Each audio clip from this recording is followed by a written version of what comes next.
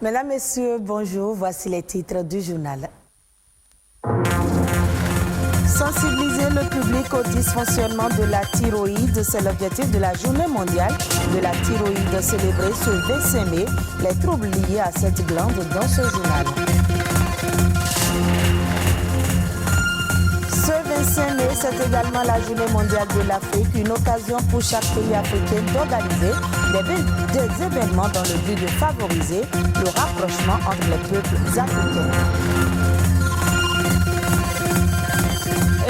La 100e bougie allumée par les communautés Kwa et Kwela, un centenaire célébré ce dimanche. Nombicha, c'est une fête identitaire.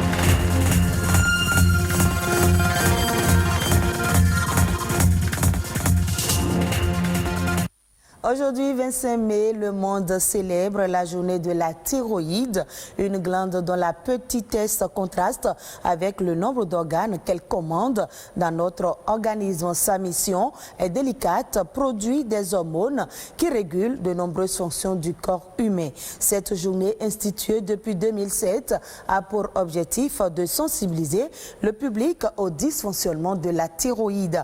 Les troubles liés à cette glande constituent un problème de santé publique dans le monde. Héloïse Winanto, Louis Kounobo. La thyroïde. L'évocation de ce nom peut penser à une maladie. Mais non, elle est plutôt une glande située en dessous de la pomme d'Adam. C'est un organe que nous avons tous au niveau de la partie antérieure, donc au devant de notre cou, juste en dessous de notre larynx, qui est un petit organe qui produit des hormones qui ont une grande fonction dans le corps humain. C'est le chef d'orchestre de notre corps. Et pourtant, beaucoup d'entre nous ignorent son importance dans notre organisme. La thyroïde, c'est une maladie. Le rôle que ça joue au niveau de l'organisme, je n'en sais rien. C'est juste là. Au niveau surtout, c'est présent chez l'homme surtout. Après, le cerveau, c'est l'organe qui stimule la production de toutes les substances au niveau de l'organisme. Aussi minuscule soit-elle, à peine 30 grammes et pratiquement invisible, la thyroïde produit des hormones qui stimulent notre métabolisme et agissent sur les organes vitaux. Quand elle se met à mal fonctionner, qu'elle s'emballe ou au contraire ralentit, différents troubles apparaissent. Le fonctionnement peut être perturbé en excès, on parle alors d'hyperthyroïdie. Le fonctionnement peut être perturbé en moins. Donc là, on parle alors d'hypothyroïdie. Et lorsqu'on est en hyperthyroïdie, le métabolisme du corps humain s'accélère. La personne, son cœur va battre énormément, sa tension va s'élever, il va maigrir énormément, il va faire beaucoup de diarrhée, alors que dans l'hypothyroïdie, c'est l'inverse. Donc la personne prend du poids. Sur le plan mental, il est un peu ralenti, il va être un peu plus constipé, son rythme cardiaque va être un peu plus bas sur les organes génitaux. Dans l'hyperthyroïdie, parfois, ça peut perturber énormément les règles. Dans l'hypothyroïdie, ça peut retarder les règles. Et dans les deux cas, ça peut perturber la fertilité. Les symptômes sont souvent apparents, mais peuvent être aussi cachés. Judith est en apparence bien portante, mais quelques signes laissent a priori penser qu'elle souffre d'un dérèglement thyroïdien. Elle a donc décidé de consulter son médecin. Là, c'est vrai que là, maintenant, quand j'ai examiné votre glande thyroïde n'est pas extrêmement, n'a pas trop grossi. En tout cas, on ne peut pas encore être formel. Il faut une échographie. On va faire un petit bilan. Je vais vous demander des hormones thyroïdiennes que vous allez faire qui vont nous permettre de voir est-ce que réellement il y a un problème là. Judith s'en sort avec un cœur plus ou moins apaisé. Je vais faire les analyses qu'il m'a demandé de faire et puis je vais voir la suite après. J'avais un peu peur, mais je suis quand même rassurée. Ainsi, la thyroïde joue un rôle crucial dans le corps humain. Cette petite glande aux grands effets est sensible à de nombreux paramètres. La thyroïde a donc non seulement des alliés, mais aussi des ennemis. Lorsque nous avons une alimentation qui est très pauvre en iode, ça peut perturber le fonctionnement de la glande thyroïde et favoriser le développement des goitres. Il y a aussi le stress qui peut aussi beaucoup jouer. Moins on fait de l'activité physique, plus ça peut perturber le fonctionnement de la glande thyroïde. Parfois, il y a des gens qui consomment certains médicaments qui peuvent avoir une influence négative sur la glande thyroïde. Parfois aussi, il y a des facteurs génétiques. Peu d'organes échappent au contrôle de la thyroïde. Il faut donc l'entretenir ou à défaut consulter son médecin une fois par an pour s'assurer de sa bonne santé. Ce 25 mai, c'est également la journée mondiale de l'Afrique, une occasion pour chaque pays dans le Bénin d'organiser des événements dans le but de favoriser le rapprochement entre les peuples africains. Cette journée est aujourd'hui devenue une tradition fortement enracinée dans l'ensemble des pays africains. Elle représente le symbole du combat de tout un continent pour la libération, le développement et le progrès économique. Émile Azokota. L'Afrique est un continent en mutation profonde. Elle est considérée à juste titre comme le berceau de l'humanité, à l'origine d'un grand nombre de peuples, de langues, de religions et de traditions. 58 ans après la signature des accords de l'Organisation de l'Unité africaine, devenue Union africaine, le produit intérieur brut PIB par habitant reste toujours le plus bas du monde. Si le climat des affaires n'est pas propice à l'arrivée de tels capitaux, on ne les aura pratiquement jamais. Je crois que l'Afrique recueille moins de 3% des investissements directs étrangers. Et ça, c'est une clé sur laquelle on devrait travailler si on n'est qu'à moins de 3% de ces investissements directs étrangers, alors qu'on sait que c'est un des leviers les plus importants pour lever la croissance, pour entraîner l'économie. Il va sans dire que nous devons arrêter avec les discours lénifiants et travailler pas à pas à créer les conditions de la bonne gouvernance dans nos pays et de l'accueil des capitaux, des investissements étrangers. Ce tableau ne peut pas occulter les tristes records battus par le continent africain et l'évolution actuelle ne corrige en rien les chiffres malgré les extraordinaires ressources naturelles dont regorge le continent. Après s'être contracté de 2,1% en 2020, le PIB réel africain devrait croître de 3,4% en 2021 selon la Banque africaine de développement. L'émergence économique suppose une croissance à 2 chiffres.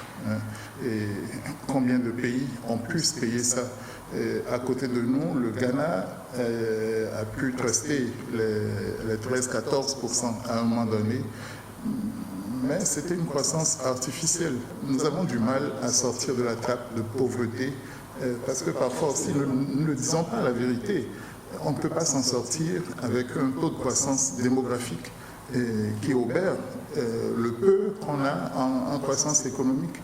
Si ce qu'on a pu dégager n'est que ça, mais ça ne peut jamais couvrir les besoins que nous avons par ailleurs au plan social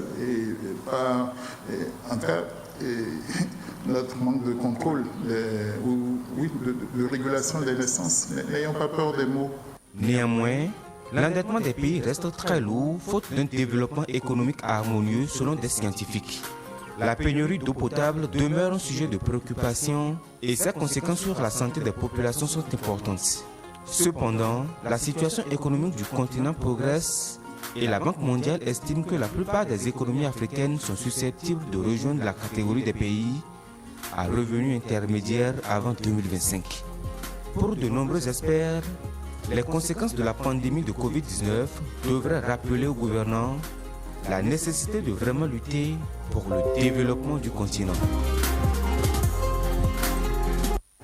Autre élément dans ce journal, centenaire de Novicia 2021 à Grand Popo, un événement historique dont les souvenirs resteront gravés dans la mémoire collective des Béninois en général et des communautés Hula et Huila en particulier. Ce dimanche, la fête légendaire de retrouvailles de Novicia a soufflé la 100e bougie de son existence. Les 100 ans d'histoire de la fête identitaire des frères Hula aura eu le mérite depuis sa création en 1921 de cimenter le sens de vivre ensemble, de l'amitié, la solidarité entre peuples. Hula et Huila Novicia 2021 s'est également coïncidé avec la fête de Pentecôte. Patrick Adjaboudjou. Un nouveau jour se lève sur Grand Popo et une nouvelle page de son histoire s'ouvre. Au pied de ce monument, des fils et filles ont vécu. À ce jour, la flamme du centenaire d'existence de Novicia, première fête identitaire du Bénin, est toujours vive. Bienvenue à Novicha. C'est une fierté pour moi de célébrer Novicha parce que ce n'est pas tous ceux qui ont désiré être ici aujourd'hui qui sont là. Et donc nous qui sommes ici, nous devons rendre grâce à Dieu et prier pour que le lien, la fraternité continue. Un lien de fraternité que Novicha consolide chez les peuples Hula et Huila depuis 1921. 100 ans après, cette fête n'a pas perdu de son authenticité, celle de créer la chaleur des retrouvailles dans les familles afin de cultiver l'esprit du vivre ensemble.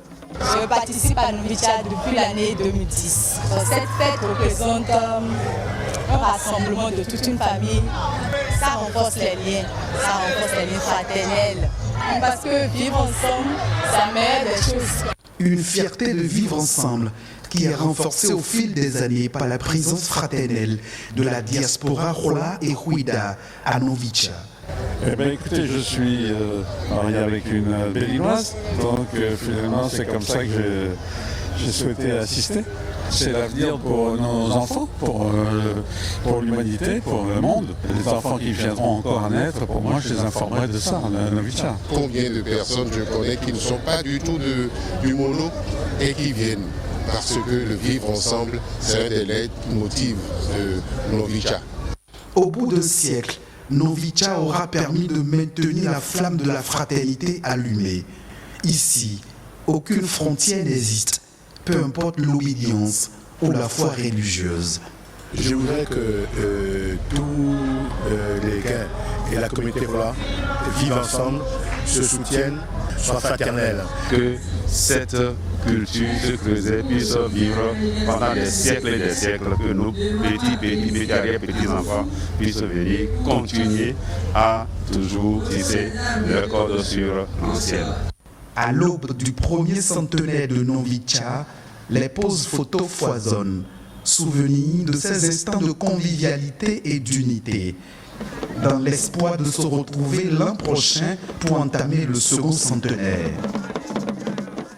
Suivons à présent la nation en bref, une compilation des faits ayant marqué le Bénin, une présentation de Ulvarus Balogun.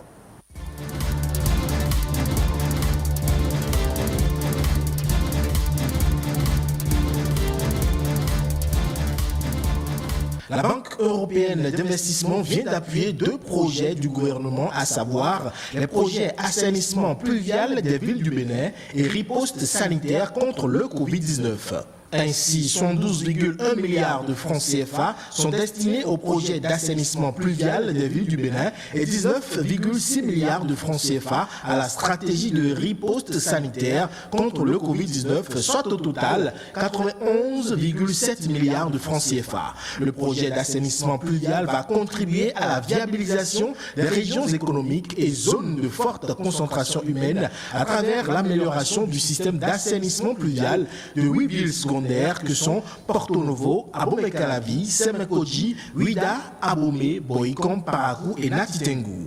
La contribution à la riposte contre le Covid-19, par ailleurs, est un soutien à la réponse d'urgence face à la crise sanitaire. 50 bottes, 50 brouettes, 10 batteuses et des masques de protection contre le Covid-19 ont été offerts aux producteurs de riz des communes de Malanville et de Karimama par le gouvernement. Selon Gaston Kossi Dossoui, ministre de l'Agriculture, de l'Élevage et de la Pêche, l'objectif du gouvernement à travers ce don est d'améliorer les pratiques culturelles et de booster la production de riz dans les 2 communes. Les boulangeries des départements de l'Atlantique et du littoral pourraient avoir des ennuis avec la justice. Il leur est reproché d'utiliser des produits non conseillés par le ministère de l'Industrie et du Commerce pour la fabrication du pain. Les structures concernées par la sécurité alimentaire sont appelées à travailler avec la police républicaine pour mettre la main sur ces promoteurs de boulangerie qui continuent de se servir des produits non conformes pour fabriquer du pain. Ceux-ci pourraient donc être traînés devant la justice pour exercice illégal de l'activité de boulanger. Il est aussi reproché aux revendeuses de pain de ne pas bien protéger leurs marchandises.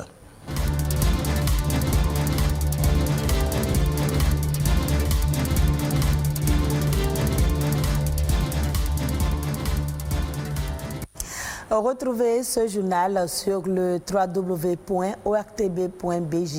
Merci à vous de nous avoir suivis.